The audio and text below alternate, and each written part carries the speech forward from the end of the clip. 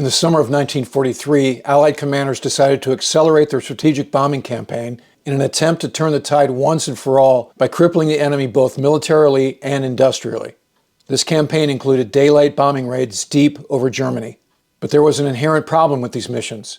The bombers' fighter escorts, Royal Air Force Spitfires and U.S. Army Air Force Thunderbolts, could barely reach the German border, even when loaded with external fuel tanks. And when the Allied fighters turned back for their bases in England, the Luftwaffe was waiting for the Allied bombers.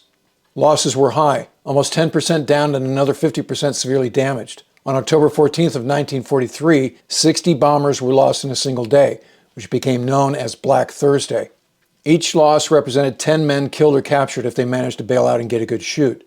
The B-17 was designed to protect itself, but ultimately it could not. That loss rate was unsustainable, and the Allied commanders were ready to stop daylight bombing in spite of the fact it was having a measurable effect on the Third Reich's warfighting capability.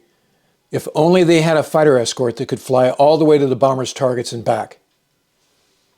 3.5 years earlier, several executives from North American aviation, including President Dutch Kindleberger and Chief Designer Edgar Schmood, walked into the New York City offices of the British Purchasing Commission with a plan to give the Royal Air Force not what it wanted, which was P-40 Warhawks, but what it needed, which was a new design North American aviation called the NA-73. The British had turned to the Americans because although their Spitfires and Hurricanes were superior performance-wise to the American fighters in the European theater at that phase of the war, they couldn't manufacture them fast enough. North American told the British Purchasing Commission that they could create a clean sheet fighter faster than they could manufacture upgraded P-40s. Along with a more powerful liquid-cooled inline Allison engine, the NA-73 had a low-drag laminar flow wing and an efficient low-drag engine cooling system. All of this promised a giant leap in speed and range performance. The British were convinced, and on May 23, 1940, a contract was signed for the first 320 NA-73s. Ironically, Kindleberger had improved North American's production process after visiting the Henkel and Messerschmitt factories in 1938. So 78,000 man-hours and 102 days of work later, the prototype NA-73 rolled out of the hangar. But it didn't have an engine yet. Just over 2 weeks later, North American received an engine from Allison, but it didn't fit because it had some electrical system changes they hadn't been briefed about, so they had to quickly redesign and remanufacture the motor mount. On October 26, 1940, the prototype had its maiden flight, a 3-hour sortie flown by test pilot Vance Breeze. Then on November 20, 1940, test pilot Paul Balfour lost engine power during a flight. He managed to dead stick the airplane onto a nearby runway, but flipped while rolling out. Although root cause of the malfunction wasn't determined, the engineers decided that the air scoop under the fuselage was too far aft, which caused an airflow disturbance at high angles of attack, so they moved it as far forward as the center of gravity limitations allowed. The remaining test flights were successful, and the first production airplane, now officially christened by the British as the P-51 Mustang, was delivered. The RAF pilots immediately took to their new, faster and longer range fighter. The P-51A had a max speed of 390 miles per hour and a combat range of 750 miles. Armament consisted of 2 50 caliber nose-mounted and 4 30 caliber wing-mounted machine guns. Meanwhile, the U.S. Army Air Force, which had received 2 Mustangs to evaluate at no cost as part of the original contract with the British, stalled on the development of the airplane because they had their hands full with the fielding of P-38s, P-39s, P-40s, and P-47s.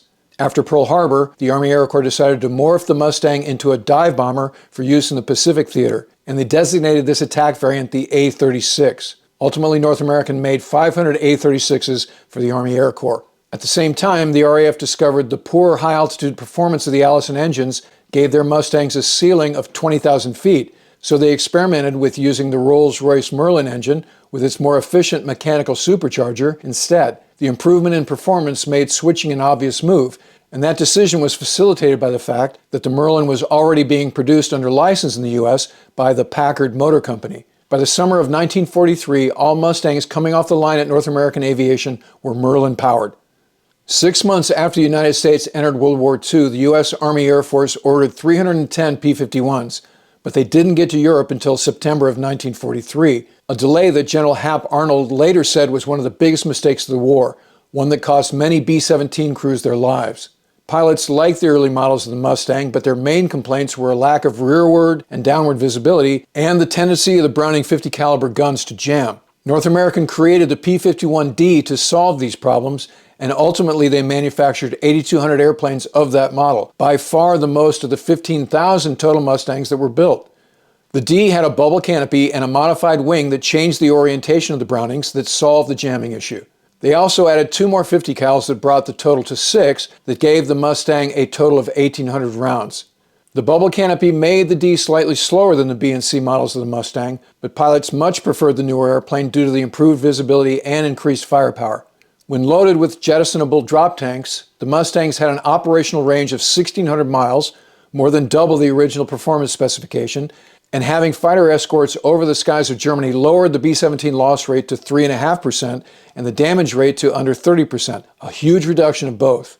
The Mustang's advantage over the Messerschmitt wasn't its turn rate, but its roll rate and speed, especially at high altitude. And the P-51's range was another advantage. As one RAF test pilot put it, "If I were in a dogfight, I'd prefer to be in the Spitfire. The problem was I wouldn't like to be in a dogfight near Berlin because I could never get home to Britain in a Spitfire." Ultimately, 275 P-51 pilots reached ace status during World War II, with American George Preddy topping the list with a total of 26.83 kills to his credit. That number includes shared 1/2 and 1/3 kills. Also on the list are the legends Chuck Yeager and Robin Olds, 2 pilots I've previously profiled on the channel. And though none of the famed Tuskegee Airmen became aces, 3 of them had 4 kills, and 4 of them shot down 3 German fighters in a single day. 2 P-51 pilots received the Medal of Honor during World War II. Army Air Force Lieutenant Colonel James Howard of the 356th Fighter Squadron was awarded the Medal of Honor during a bomber escort mission near Oschersleben, Germany, on the 11th of January 1944, flying a P-51 nicknamed Ding Hao. Despite being outnumbered, Howard shot down 3 German planes and continued to defend the bombers even when 3 of his guns went out of action and his fuel supply became dangerously low. United States Army Air Force Major William Shomo of the 82nd Reconnaissance Squadron received the Medal of Honor during a mission over Luzon, Philippines on the 11th of January 1945, flying the armed photo reconnaissance variant of the P-51, nicknamed Snooks V. On that mission, Shomo shot down 7 Japanese planes and became an ace in a day. All in all, P-51 pilots tallied 4,950 enemy airplanes downed across Europe, North Africa, and the Pacific. And once the Luftwaffe was grounded for good, P-51s shifted their focus to ground targets like trains headed for the front lines. Let's jump into the DCS P-51D for a closer look at the cockpit layout and the bomber escort and strafing missions. All right, here we are in our P-51D. You can tell because of the bubble canopy. So the cockpit is pretty easy. There's not that much to it. 2 engine controls. You can see the outboard one controls what is labeled as manifold pressure, and the inboard one controls RPM. There's the altimeter in feet. The airspeed is in miles per hour, so right now we're going 300 miles per hour. Here is your compass, your heading indicator. Here is our vertical speed indicator. G meter right here.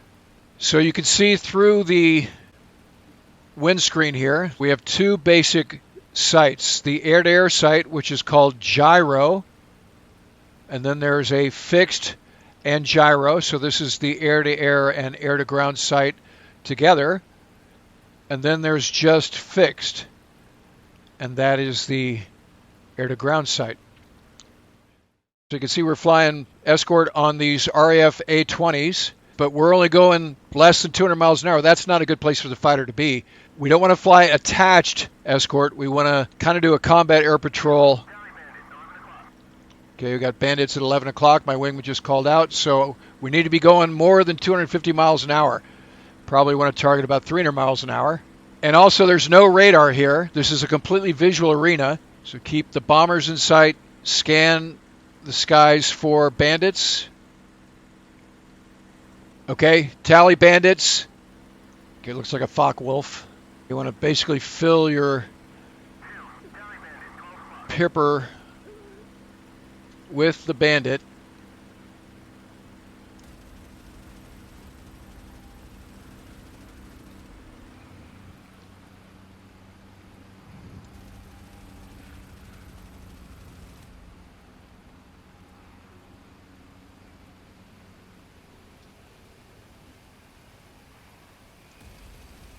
I'm going to switch from air-to-air sight to air-to-ground for strafing, and we're looking for a train.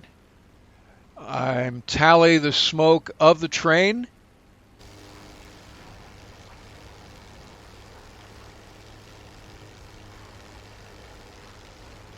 And there is some potential ACAC and AAA coming at us.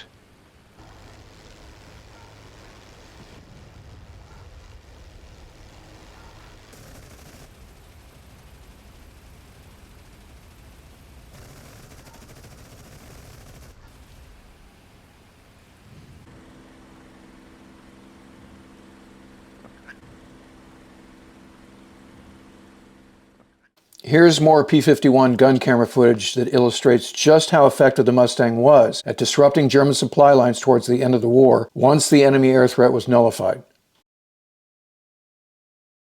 Other experiments using the P-51 were done towards the end of World War II. On November 14th and 15th of 1944, a P-51 was tested aboard the USS Shangri-La, CV-38. The tests were to determine the suitability of the Mustang on aircraft carriers so they could launch them to escort bombers to Japan. But the Mustang had a narrow speed window to land on a carrier, with a stall speed of 82 miles per hour and the arresting gear speed limit of 90 miles per hour, so that gave him basically an 8-mile-an-hour window. Test pilot Lieutenant Robert Elder successfully made 4 daytime launches and landings, but ultimately the idea wasn't pursued. Then, as a stopgap measure to counter the Me-262 and other enemy jet fighters, North American modified a P-51D with a pair of Marquardt ramjets mounted on the tip of each wing. This increased the top speed from 437 miles an hour to 480 miles an hour. Each ramjet used fuel from the left and right wing tanks respectively. The electrical equipment, boost pumps, solenoid shutoffs, etc., were located immediately outboard of the wing tanks behind the gun ports. This particular Mustang flew for just over 340 hours before it crashed. Mishap investigators believed a spark ignited leaking fuel by the fuel pumps. Fortunately, the test pilot was able to successfully bail out. Ultimately, this concept was dropped in favor of pure jet fighters that were under development. And also, as they were trying to find stopgaps to counter jet technology the enemies were fielding, 2 experimental P-51s were fitted with an Aerojet super performance rocket engine. Test pilot Bob Clifton flew the plane several times and achieved 513 miles per hour at 21,000 feet, which was about a 100 mile per hour improvement in speed, but it only had enough fuel for 1 minute at that airspeed. And also on at least one occasion, fumes from the fuel entered the cockpit. Overall, the whole test program was deemed too dangerous and unnecessary for operational use. And then the last stopgap measure was 2 P-51Ds configured with a pair of Ford PJ31-1 pulse jet engines. These engines were copies of the Argus model used on the German V-1 buzz bombs, and they were mounted under the wing on rocket shackles. They gave good boost when they were in operation, but caused too much drag when they weren't. Ultimately, like the other stopgap attempts, this was not pursued. The U.S. Air Force continued to use the Mustang, which they redesignated as the F-51, into the Korean War, but in time it was replaced in the inventory by jet aircraft. The last United States Air Force Mustang was finally withdrawn from service with the West Virginia Air National Guard's 167th Fighter Interceptor Squadron in January of 1957. But the Mustang remained in the air forces of other countries after the Americans stopped flying it, courtesy of the Inter-American Treaty of Reciprocal Assistance, which sold P-51s to Australia, Bolivia, South Korea, Republic of China, Israel, and 20 other nations for $1 apiece. The P-51 also became very popular in the civilian market. Today, there are over 200 Mustangs on the FAA's registry, including entries at the Reno Air Races, and of course, one owned by actor Tom Cruise that is featured prominently in the movie Top Gun Maverick. But the P-51 service as a bomber escort during World War II is what makes it great. Because of performance, the Allies were able to strangle the German support lines and stop the production of the Nazi war machine. As the Mustangs website sums it up, the P-51 Mustang and the men that flew them saved lives in the skies and on the ground. All right, more episodes of What Makes This Plane Great coming up soon. So if you're not already a subscriber, click the button and ring the bell so you don't miss anything. And if you'd like to help support the channel, please consider using the super thanks, the heart icon below, or become a patron at patreon.com/WardCarroll. And in the meantime, I look forward to talking to you again very soon.